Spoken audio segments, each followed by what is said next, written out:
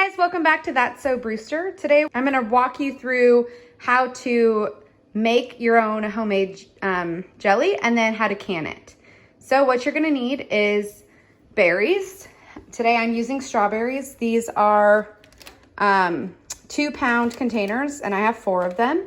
And then you also need some Sure Gel. Now it doesn't matter what kind, they will all work the same. The only difference here is that the pink box, you can see, is for no sugar or less sugar. And so I'm going to use this with my Swerve to make it a keto diabetic friendly strawberry jelly. And then over here, you'll see I have different size jars. So these are 1/2 pint jars. And then these down here are 12-ounce jars. So 8 ounces and 12 ounces. And it doesn't matter if they're smooth-sided or if they're the quilted crystal, like jam type. It doesn't matter. And really, the size of the jar also doesn't matter. It's kind of up to your preference. So I wanted to show you a few different sizes. So this is a very small, I believe it's 4-ounce jar. I don't like to use these because my kids will put this much jam on 4 pieces of toast, and then that's just a waste of my time. These are both 8-ounce jars. That's just to show you the difference. This is a smooth jar, and then the quilted crystal jar.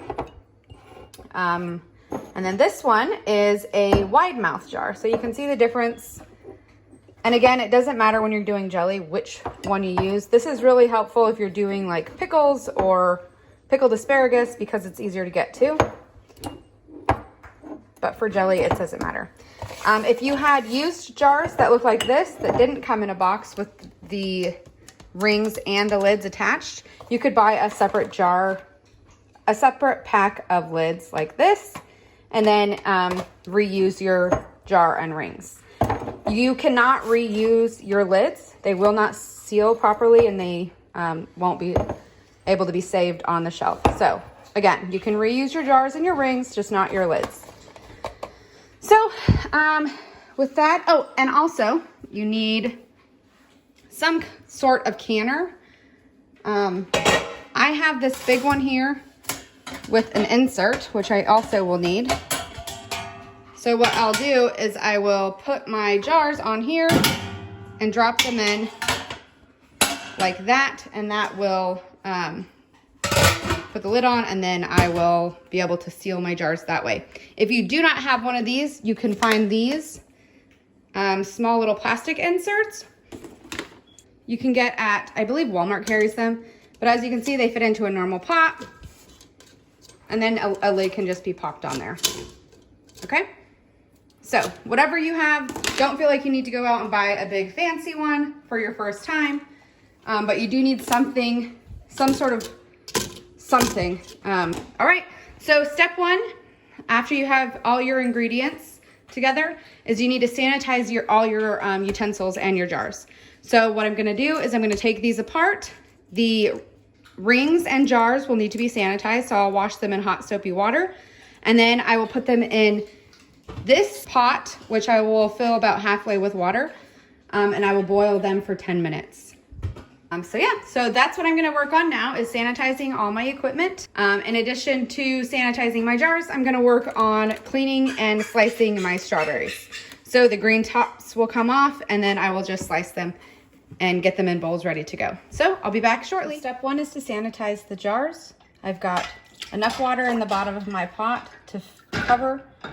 I'm just gonna drop them in. Put the lid on, let it come to a boil, and then I'll boil it for 10 minutes. All right, so my jars are done boiling.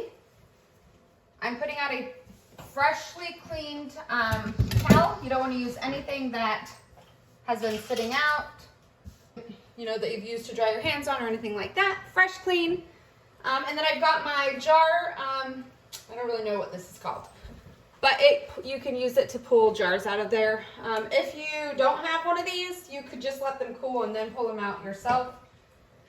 I am gonna go ahead and use this because I'm gonna do it, since I'm doing a double batch of jam, I'm gonna need to get more jars sanitized.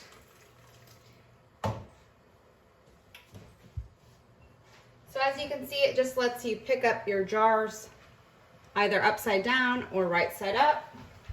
So I've got my strawberries cleaned and sliced, and now I'm just gonna mash them up in my KitchenAid. I'm using the paddle attachment. If you don't have a stand mixer or KitchenAid, you can also use a potato masher. All right, so my berries are mashed. They are not pureed.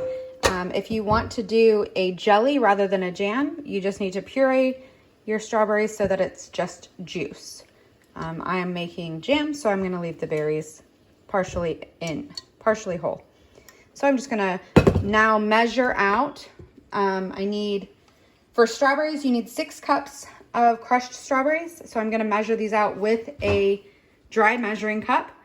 The same with the sugar, you're gonna need 4 cups measured out with a dry measuring cup. It is a difference between wet and dry, so be sure you use your dry. So next I need to measure out a 1/4 cup of sugar from my pre-measured 4 cups for the entire recipe. So I'm gonna just do a 1/4 cup into the bowl, and then I'm gonna add the package of Sure-Jell sugar-free, or for less sugar, no sugar. Just so you guys know, there are recipes in the boxes of Sure-Jell that will tell you exactly how much fruit you need depending on what kind of fruit you're using, and also how much sugar you'll need. Okay, so here's the 1/4 cup of Swerve and the package of Sure-Jell, and then I'm just mixing those two together. So we have our 6 cups of mashed up strawberries. We're gonna pour those into a large pot. And then we're also adding our 1/4 cup of sugar mixed with the pectin. And we're gonna put in 1/2 teaspoon of butter or margarine. This is salted butter. And all that's gonna do is keep the foam down when we're canning our jelly. So it's not necessary, but I highly recommend it. We're gonna bring this to a rolling boil. As you can see, it is boiling. Be very careful, it is hot. It needs to be boiling like this. Then you add in the rest of your sugar, and you don't stop mixing.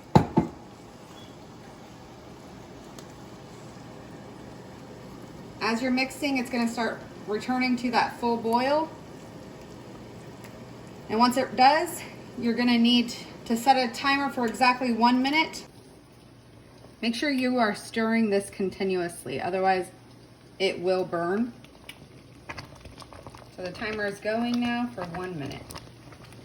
See, it's very hot, so you may want a pot holder on your arm like this. All right. As you can hear, the timer is going off. So it's done. Now we're gonna ladle this jelly into our jars. All right, so I've got my jar ladle and my normal ladle, both of which have been sanitized. And I'm just gonna ladle my jelly into the jar, and I'm gonna fill it up to where the bottom lands on the jar.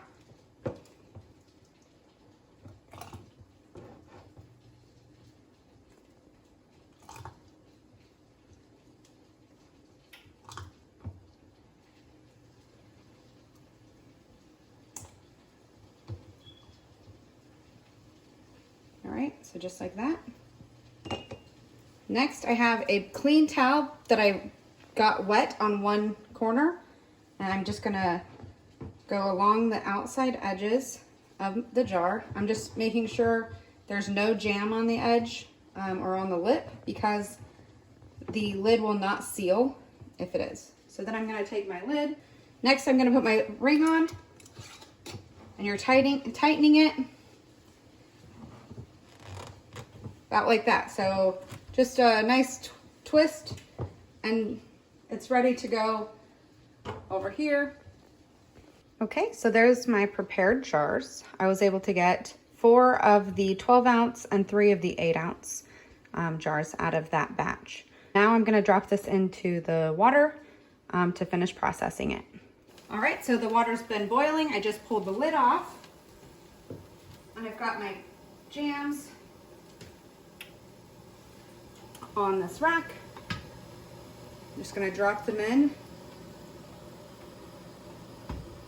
And the water needs to cover them completely. So that's gonna do it. I'm gonna put the lid back on. These need to process for 10 minutes. So I'll set the timer for 10 minutes and I'll be back. All right, so the 10 minutes is up. I'm gonna carefully remove the lid and turn off the timer.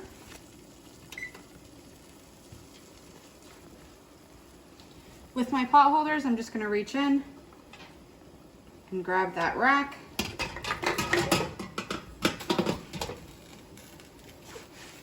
And I'm just gonna pull it all the way out, carefully not to get the hot water on myself.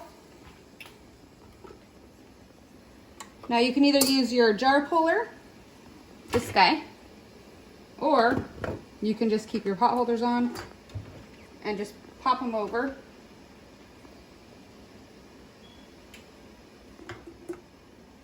Onto a dry, clean towel to let them set up.